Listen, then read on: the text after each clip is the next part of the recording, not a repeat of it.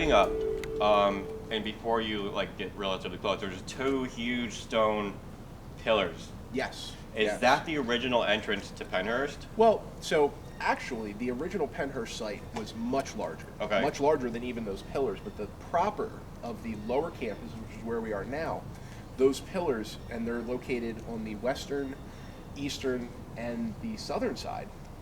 Those pillars were the gateway to Pennhurst. Because I was mentioning something to Eric in the introduction that when you drive through those pillars, like you do get this like eerie feeling, like you're entering another place that maybe has some history behind it. You know what I mean? There's a lot of history, and there's a lot of weight assigned to those pillars for so many years, decades. And you can feel that way too when you come through. Absolutely. Those pillars signified the line between society and this island of lost humanity. An island Pennhurst. In the middle of the country. Yeah. Yeah. Truthfully, yeah. But it was a dividing line. You are now on the Pennhurst property. Society's on this side. This is where Pennhurst is. This is where the people with developmental disabilities, this is where they go. Yeah, it's like when you go through there, and I even mentioned this in the introduction, it's like when you go through that, when you go through those pillars, it's like did I not say this? Like you go through those pillars and it's like that world beyond the pillars doesn't exist anymore. Yeah. It's like you're entering, and I compared it to the movie Silent Hill, where the lady goes through the fog and she's like, she can't get out now. She's stuck in that place, and there's no, you can't find the outside world anymore, and that's the feeling I got even last week when we came up here. That's the feeling I got when I went through those pillars. It's a very heavy feeling, and this is not. Absolutely.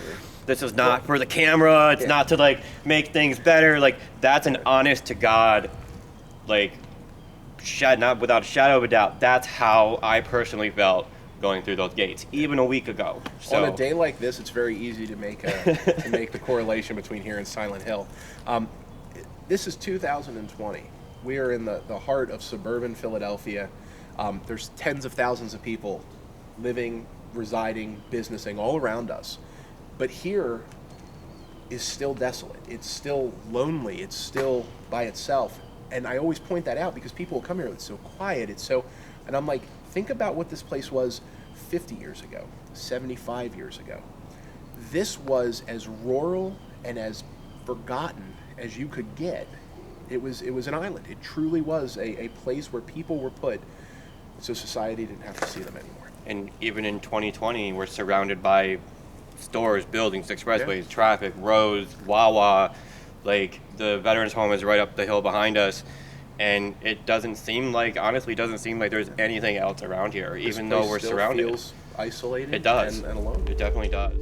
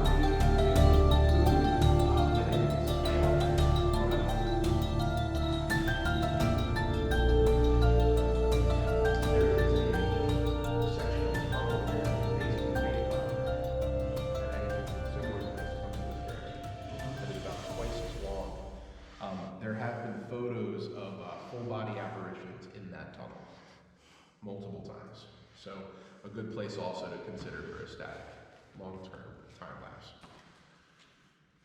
But this place here on the world's longest ghost hunt television special, the crew was here and they were sitting, and her camera for the one investigator was about 2 feet off to her left-hand side. Right here? Right here, literally, about right where you're standing. I actually feel like I feel sick to my stomach right now. It does it to you. Her camera was about here, out of her range, sitting on the shelf for the entirety of the shoot. We're a solid 10, 15 minutes in. And then for no reason whatsoever, the camera just, and you can actually see it happen on film.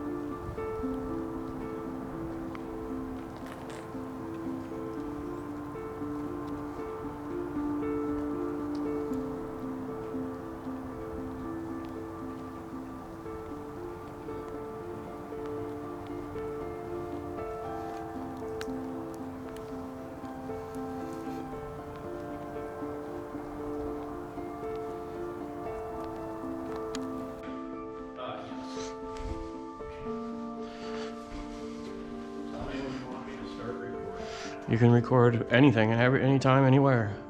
I've already done this basement. Oh.